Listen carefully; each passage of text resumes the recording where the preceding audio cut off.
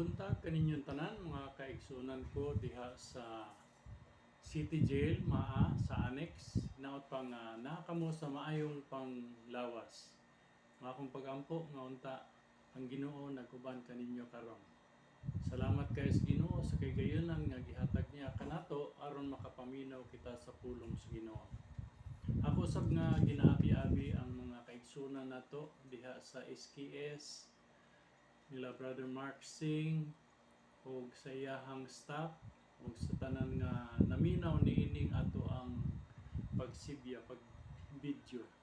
Naot pa nga ang Ginoo mag-uban kanatong tanan. Sa dili pa kita magpadayon sa ato ang pagtuon sa pulong sa Ginoo, atong iduol ang atong kaugalingon sa pagpamati sa pagampo diha sa Ginoo nga iya kitang tabangan sa tuang pagpaminaw sa pulong sa Dios. Magampo ta. Among langit noon nga Amahan, nagapasalamat kami niining adlaw sa kahigayunan nga gihatag nimo kanamo nga makapamati, simba o salamat sa kusog gihatag nimo kanamo nga makadaig pa kami kanimo o makapaminaw sa imong pulong. Salamat sa kalinaw nga gihatag nimo dinhi kanamo. Ang among pagampo Lord nga sa among pagduol kanimo sa pagpaminaw sa imong pulong.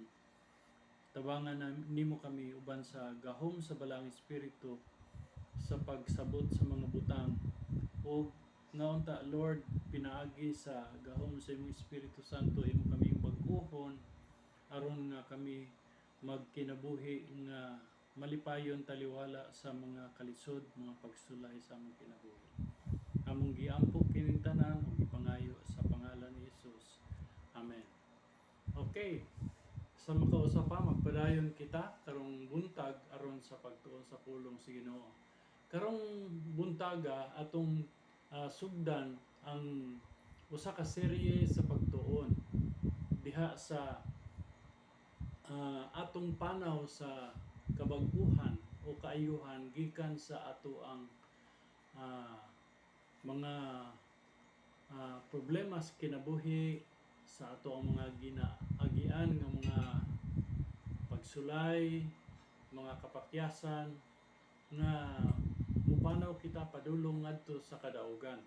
So adunay 12 ka lesson kini. Gitawag kini nila og recovery to wholeness sa kabag-uhan o usa kini kadalan alang sa atong kaayuhan. So atong tan-awon kini o kining pagtuon nagabase diha sa mga gitawag og beatitudes or mga panultihon sa pagkabalaan, sa pagkabulahan. Atong tun-an karong buntag ang unang prinsipyo nga gitudlo kanato, dili gid ni ako personal nga pagtuon kun dili gikan kini kang requirement. So akong yatag ang pasidungog o honor para kang requirement nga nakatabang pud kining dako alang kanako. So gusto na ko ning ipaambit diha kaninyo. Doon ay 12 principles to the road to recovery. Atong tun-an kini. Ang unang prinsipyo nga atong pagatun-an karong buntag mo kini nga nakaamgo ka ba sa o nga ikaw dili mao ang Dios, nga dili ikaw Dios, nakaamgo ba ka niana? Imo bang giangkon nga ikaw walay gahom, walay mahimo sa pagkontrolar sa imong kagalingon sa dili pagbuhat og mga sayop nga mga butang ug nga ang imong kinabuhi dili nimo kayang dumalahon? Mo kini ang unang prinsipyo nga atong pagatun-an karon. Usbon ko, nakaamgo ka ba nga dili ikaw ang Dios? O imo bang giangkon nga ikaw walay gahom, wala kay mahimo sa pagkontrolar sa imong kagalingon nga dili ka masayop. Ug nga ang imong kinabuhi dili nimo kayang dumalahon. Ingon pa si Jesus sa Matthew Kapitulo 5 versikulo 3, "Blessed are the poor in spirit, for theirs is the kingdom of heaven." Bulahan ang mga nagaila nga sila kabos diha sa espiritu, kay ila ang gingharian sa langit. Kining ato ang katingalahan nga panaw sa kaayuhan nagasugod nining maong prinsipyo. Diin atong dawaton, atong angkunon nga kita walay mahimo, wala kitay gahom sa pagkontrolar sa ato ang mga kasakit, sa atong mga hurts, hang-ups, sa atong mga batasan, mga habits nato, ug ang atong kinabuhi mahimong dili gyud nato kayang kontrolahon o dumalahon, kay lisod kini nga kinabuhi. Og sa dili pa nato sugdan kining maong panaw, kinahanglan pangutan-on nato ang atong kaugalingon nining duha ka pangutana. Una, ikaw nagsulog ka pa ba gihapon sa maskara sa pag deny, no? Kanang mass of denial. Kanang nagasulog ka pa ba gihapon ni anak? Og ikaduha, unsa man mga butang nga ang tinuod gyud nga kontrolado nimo? Mo na mga butang nga atong pagatubagon karong buntag. So tan-aw nato og atong susihon kining unang pangutana. Nagsulod pa ba gihapon kita niya ng mass of denial o niya ng maskara sa pagdumili sa pag-ila sa atong mga katulangon? Kay sa dili pa nato mahimo ang gitawag nato progreso o pag-uswag diha sa kaayuhan, kinahanglan atong atubangon ug atong angkonon ang atong mga pagdumili. Dili nato gusto dawaton ang mga butang nga usahay atong matun-an karon, no? Og sa dihang matangtang kining maong mga maskara, ang atong kaayuhan magsugod. Okay, so it doesn't matter whether ikaw bag-uhay pa lang nining maong dalan sa kaayuhan o naana ka niya ng maong proseso o nagalihok na ang maong mga prinsipyo sa imong kinabuhi. Ang pagdumili adunay ngilad, no? Ngilad nga mga manghitabo sa itong kinabuhi pag-abot sa mga pag-abot sa maabot nga mga panahon. Kung dili gyud nato kini atubangon, pwede natong ikambyo ang ato ang addiction o ang ato ang mga gitawag nato mga hang-ups nato, mga habits nato, or kita magbaton og usa ka bag-ong relasyon nga dili himsog alang sa usa ka lahi nga relasyon. So sa Jeremiah chapter 6 verse 14, nagaingon din they dress the wounds of my people as though it were not serious. Ug moingon sila, peace, peace, when there is no peace. Ingon pa si Jeremiah ngadto niadtong unang panahon nga kining mga kaparian, kining mga leaders, ila lamang ginatabon-tabunan ang mga kasakit, ang mga butangan ng hitabo nga daw dili seryoso. Ug moingon sila nga kalinaw, adunay kalinaw, pero ang tinuod wa day kalinaw.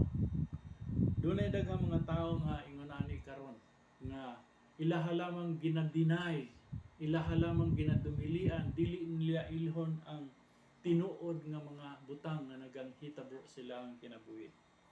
Ug kining pagdumili usa kini ka seryoso nga butang. So dili nato kaya nga bag-ohon, dili nato kaya nga ayuhon ang ato ang mga kasakitan, ang ato mga hang-up, ang ato mga batasan, lisod ka na bag-ohon.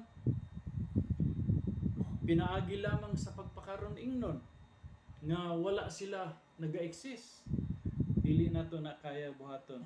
Ug adunay mga unom ka mga negatibong nga mga epekto kung atong dumilian o dili nato dawaton ang mga kamatuoran may tungod sa ato ang kaugalingon. Una nga epekto niini nga mo kini ang kanang pagdumili nato sa pagdawat sa kamatuoran, sa pag-angkon sa mga butang nga tinuod dinhi sa atong kinabuhi, mao kini it will disable our feelings. Mubalda kana sa ato ang mga pagbati ug mahimutang manhid. Sumala sa 2 Peter chapter 2 verse 19. Ako ang basahon dinhi. Dunay gisulti ang pulong sa Dios dire. Sila nagsaad kanilag kagawasan samtang sila mismo ulipon sa mga bisyo nga makadaot kay ang tanan ang tao ulipon man sa bisan unsa nga nagbuntog kaniya. No? Matud pa nga adunay mga tao nagapanudlo og nagasaad og kagawasan, nagasaad og kaayuhan.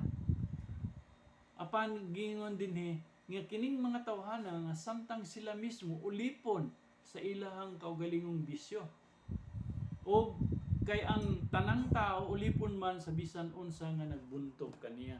Amo na makita nato nga kung ikaw magdumili ka sa pagdawat sa kamatuoran may tungod sa unsay tinuod sa imong kinaiyahan, mubalda ka na sa imong pagbati, dili na ka mahimo kang manhid. Ikaduha, it will drain your energy, no? Mahubsan ka sa kusog, labi na magsige lang ka gunahuna sa imong mga hurts, sa imong mga bad habits, na magsige nagbalik-balik, magsige na o kunya wa kay mahimo sa imong kaugalingon, it will drain your energy. Ikatulo, ginadaot o ginakansela ni ana ang imong paglambo. Imbis nga mulambo ka sa imong kinabuhi sa pagsunod nimo sa Ginoo diha sa dalan sa kaayuhan o kabag-ohan, kung magsigig balik-balik kanang maong mga pagbati, kanang maong mga panghunahuna, kanang maong mga negative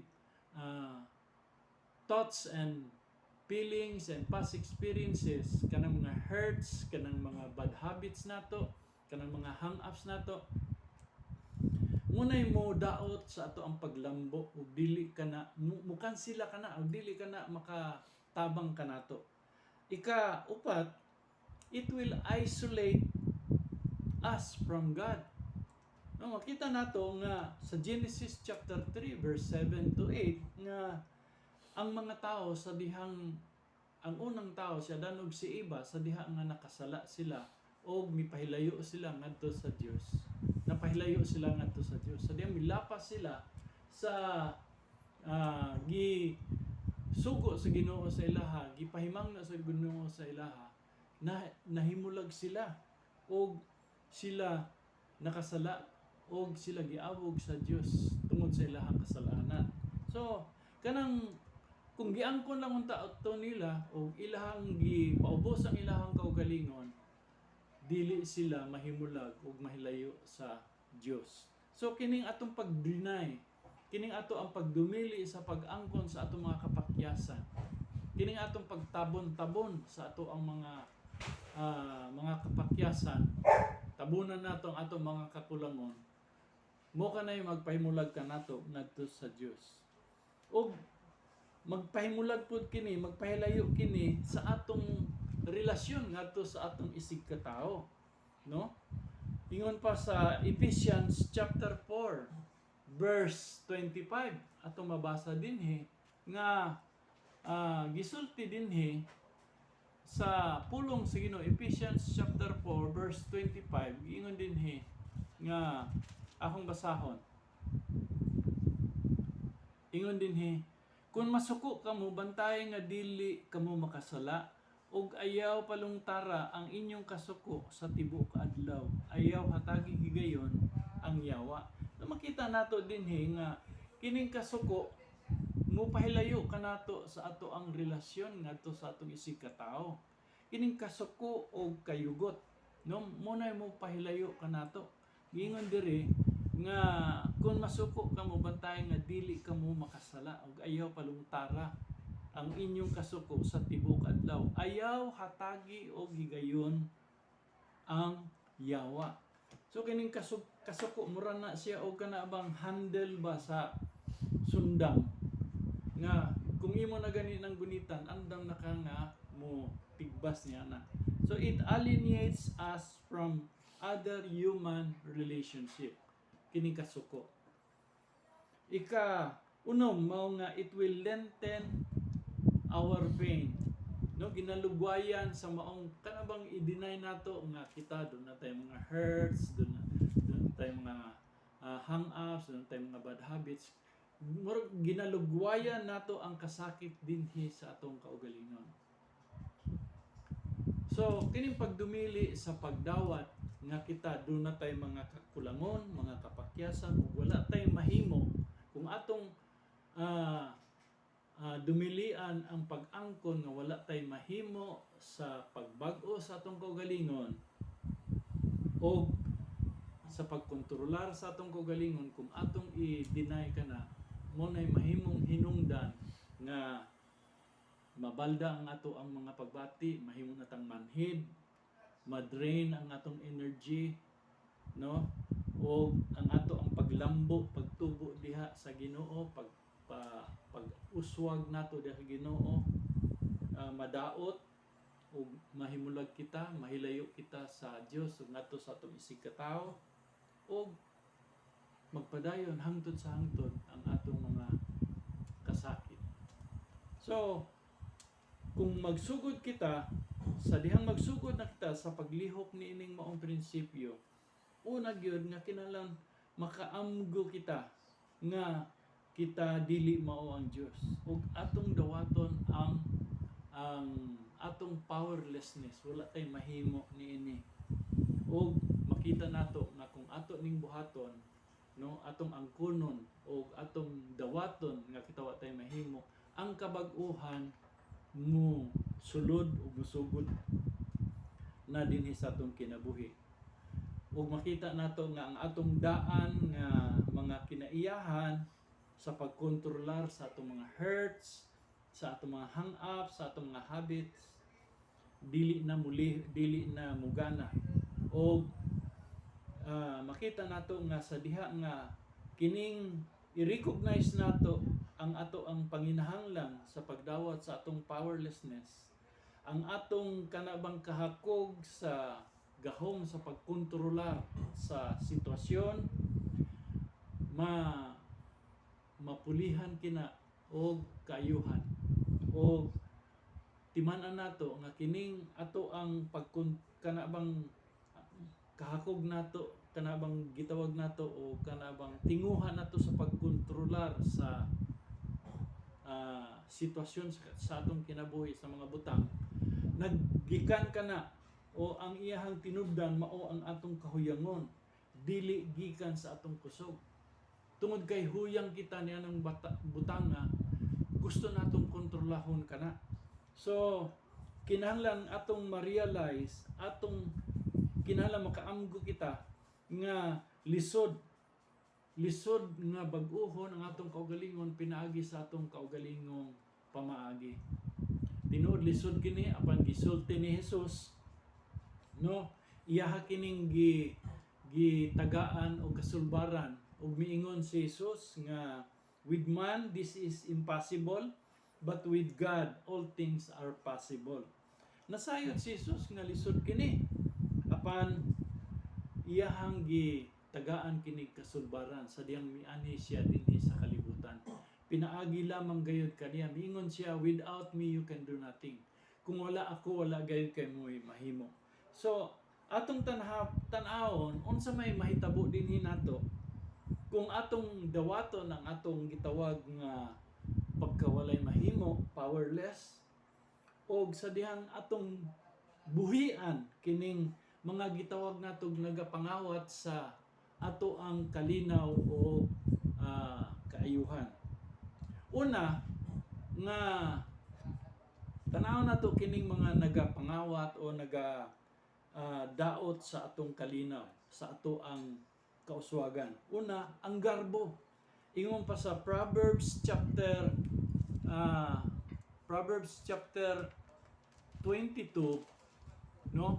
Sa Proverbs chapter 29 verse 22, 23, ang garbo makapakpukan sa tao, apan ang mapainobsanon tahuron, mag-uswag.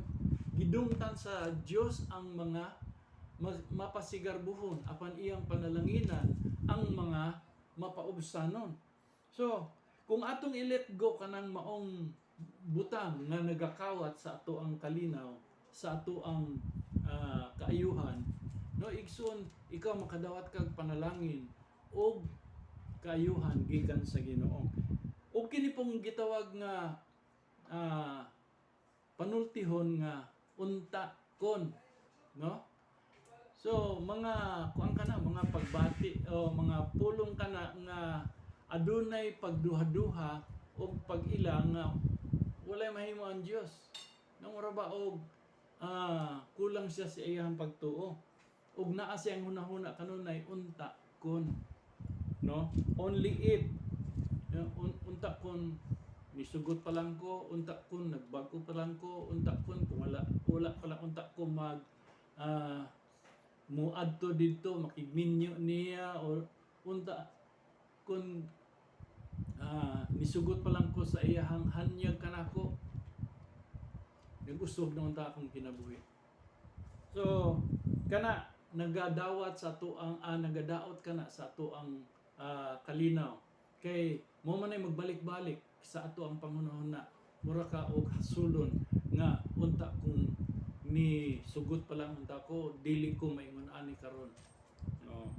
Ikatulo, mao kining nagakawat sa ato ang kalinaw o kaayuhan, kauswagan, mao kining atong kabalaka. Matthew 6:34. Ingon siya, unahan ninyo pagpangita ang pagkamatarong og gingharian sa Dios, kini mga butang nga igadugang kaninyo. Verse 34 giingon diha nga ang kabalaka, akong basahon, Matthew chapter, para tama gyud ang ato ang pagbasa niini, pag-quote niini, Matthew 6:34, doon ay gisulti ang pulong sa Dios dinhi nga nag-ingon dinhi, busa ayaw kabalaki ang musunod nga adlaw, kay may kaugalingon kining suliran, ayaw pun-i ang suliran sa matag adlaw. So ang usahay ang kasagaran nga atong gikabalakan, mga butang nga wala pa gani moabot, nana na sa atong hunahuna, no? Nana dahil ng mga negatibong nga mga pagbati. So ingon diri si Jesus, ayaw kabalaki ang musunod nga adlaw. Kung ang imong problema karon dungagan pa nimo sa problema sa sunod adlaw, wala na kay mahimuan. Mo nag-ingon ni Jesus dinhi, ayaw kabalaki ang musunod nga adlaw, kay may kaugalingon kining suliran, ayaw pun-i ang suliran sa matag adlaw. So kining kabalaka, wala kini kayuhan. Hinunoa mo salig kita sa mahimo o gahom sa Dios. Kaupat, kini bang gusto natong ikyasan, gusto natong di ta gusto nga moatubang sa mga problema nga atong likay-likayan nato moikyas ta, no? Labi na kung for example Bible study sama ingon ani minuto sa pulong sa Ginoo, di ta mo attend kay maigo ta o di ka madayag ang atong mga dili maayong buhat. Gusto ta mo ikyas mo nang giingon diha sa Ephesians chapter 5 verse 13 and 14 nga kun ang kahayag naa diha, no, ang kangit-ngit mo kalagi. So usa sa mga butang nga nagakawat sa ato ang kalinaw o kaayuhan, kini bang dili ta mo atubang sa kamatuoran, dili nato dawaton ang mga kamatuoran nga gisulti may tungod dinhi nato. Upat kining resentment, no, kaning pagdumot, kasuko o kayugot naa sa atong kasing-kasing. Ingon si Pablo, ayaw pasalupi sa adlaw ang imuhang kasuko, hinunua pasayloa ang tao, ang imong isig ka tao, no? Dili nato papuyon dinhi sa sulod nato, dili nato tagaan og kahigayunan ng yawa nga makabaton og gahom o dapit dinhi sa atong kasing-kasing. Ayaw kasuko, ayaw kaligod-got, ayaw pasalupi sa adlaw imong kasuko. Kini pong gitawag nga kamingaw, no? Kana bang kamingaw sa ato ang mga kaigsuonan nga nangawala o di ka nahilayo kita diha kaniya, usahay mo nay makawala kawat sa ato ang kalinaw o uswagan. Pananglitan pareha namo karon mga senior citizen ang among mga anak to dito sa barko to sa Canada lagyo din hindi na mo makita ug usahay batiyo namo ang kamingaw o kaguol ana ba natay kamingaw natay kaguol ug natay mga kasakit nga bation apan ug kana usahay mo magsigit tagunahuna nga naunsa na ka sila dito unsa na ka sila labi na karon ga gubot dito sa laing nasod. So importante nga atong ilhon nga sa atong kaugalingon limitado ta nara ta diri wa tay mahimo sa ilaha dito muna kinahanglan makatong kita pagsalig sa Dios og atong itugyan sila ngadto sa Ginoo. Kini pong gitawag nga kahaw-ang o emptiness ingon pa si Jesus nga ang kawatan mianhi siya aron sa pagpangawat, pagpatay o laglag. Og si Jesus mingon apan ako mianhi ako aron paghatag kaninyo og madagayaon nga kinabuhi. Nganong dili man nato ma-experience ang kadagaya sa kinabuhi tungod kay adunay mga butang nga si Jesus lamang ang maka-fill up ni anang maong pagbati diha sa imong kasing-kasing. Ang yawa tinuod operan kaniya og usa ka butang no nga temporaryo lamang na ang iyahang kalipay mubo lang gyud kaayo apan pag-abot sa panahon wa ka kabalo nahulog na day ka sa laang og malaglag makawat mawala ang imong kalinaw ug kalipay apan kung kita mo salig kang Hesus kung kita mo duol kang Hesus siya hatag ka nato madagayaon kinabuhi. So man madagayaon. Mao ba na ang butang nga ginaingon sa mga tao nga adunahan ka, kwartahan ka, naani mo tanan? Mao ba na ang kadagaya? Dili. Ang kadagaya dili lamang sa mga material nga mga butang, kundi ang kadagaya naa sa relasyon nato kang Kristo.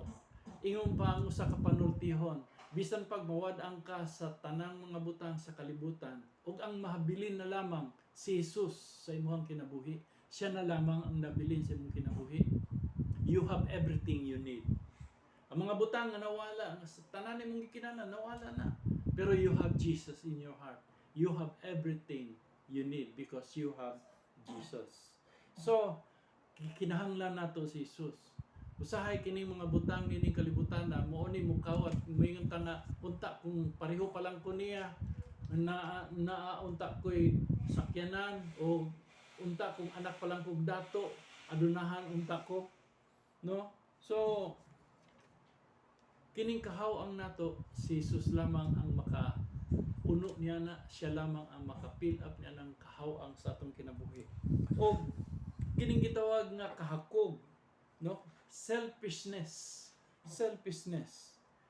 kini bang usahay naa sa atong kasing-kasing unta na puro unta na ako ni ana na ako ana unya kun nanay opportunity hakop diri hakop dito so ang iyang hunahunaon lamang ang iyang kagalingon dili na siya maghunahuna sa uban kahakop sa Luke chapter 17 verse 33 atong tanawon Luke chapter 17 verse 33 atong mabasa dinhi sa pulong sa Dios nga dunay gisulti si Ginoong Hesus Luke chapter 17 verse 33 atong tanawon dinhi Luke 17:33 giingon dinhi ang maninguha pagluwas sa iyahang kinabuhi mawad-an Hinuon niini apan mawagtangan siyang kinabuhi magaluwas niini. Hallelujah.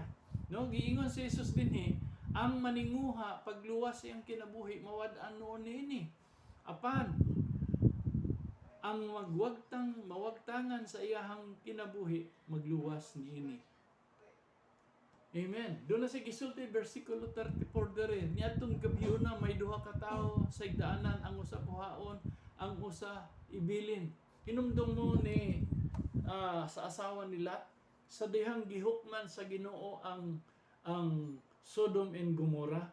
Nahinumdum mo niya na nga ang pahimangno sa duha ka anghel ayaw paglingi apan kining asawa ni Lot milingi man tungod kay nahangawa siya sa mga kaptangan, sa iyang mga alahas, sa ilahang balay, sa ilahang mga kubyerto, sa ilahang mga salasit, sa ilahang mga oven o unsa ka nang naadha sa ilahang panimalay, silang TV, sa ilahang mga butang nga ilang mga alahas. Nahingawa sila. Ug siya dihang milingi siya, naigo siya sa kilat ug nahimo siyang asin nga bato. Muna nga sa kining atong kahakog mo ni maggapos kanato ug mo kini mutunglo kanato ug mahimo kitang mahinukman. Ingon diri ang mawad-an hinuon, ang mawad-an mawagtangan silang kinabuhi makaluwas no. Kung wala siya mulingi para unta, o dili siya mahimong asin nga haligi. Usa ka na pahimangno dinhi kanato nga unta dili kita maggapos nini mga butanga. Timan-i ang gisulti ni Job. Siya, hubo ko nga gikan sa akong amahan, gikan sa kaytasan, hubo kong nga mobalik didto. Wala ko'y gikumkum nga salapi sa dihang gipakataw ko, og mo mamatay po ko, mobalik ko dito sa sabakan sa Ginoo nga wala ko'y madala. Ang uban magpakamatay tungod sa mga butang nining kalibutan na sa yuta, mag-ilog, usa ka gamayng yuta, ilugan, magpakamatay, magpinatyanay tungod lamang ni anang maong yuta. Kahakog. Busa igsoon, timan-an nato pag-ayo, ilhon nato pag-ayo nga wala tay madala sa langit, ang atong madala lamang ang ato ang maayong relasyon ngadto sa atong isikatawo, ang atong relasyon ngadto sa Ginoo, ang atong mga anak nga atong nadala diha sa Ginoo ug atong napaambitan sa pulong sa Dios. Dili nato ihakog ang ato ang pagtuo ngadto sa awan, atong ipaambit kanang atong kining mga butang sa kalibutan mo na nagapangawat sa atong kauswagan ug mo na nagabalda sa atong pagpanaw padulong ngadto sa Dios. Ingon si Pablo, tantanan ninyo, kuhaan ninyo kanang mga butang nga nagahawid kaninyo, nagagapos kaninyo. Kay hubo kita nga miabot sa kalibutan, hubo pod ta wa tay madala dito sa langit bisan usa ka dako. Sa katapusan kining atong pagkahimulag, mahimulag ta separation, no? Kana bang nahimulag kita sa atong mga mahal sa kinabuhi, gimingaw ta, nahimulag kita, labi na kamo karon separated mo sa inyong mga mahal sa kinabuhi. O tungod sa pandemic pagani na separate kita to one another, dili kita makahimo. Ang ato lang may makahimo sa pagpakisandurot sa uban, ang ato lang mahimo mao ang pagpaminaw sa maniini nata sa online. Ug usahay tungod sa atong kamingaw, sa ato ang kaguol, no? Munay mukawat sa ato ang kalinaw. Apan igsusultihan ta ka kung ikaw naa kang Kristo. Nothing can separate you from the love of God. Neither death, neither kagutom, neither kanang kawadon, kahubo ba, balatian ba, dili ka na makapahimulag kanimo diha sa presensya sa gugma sa Ginoo. Busa ang gahom sa pagbago naa lamang gayud diha sa grasya sa Dios.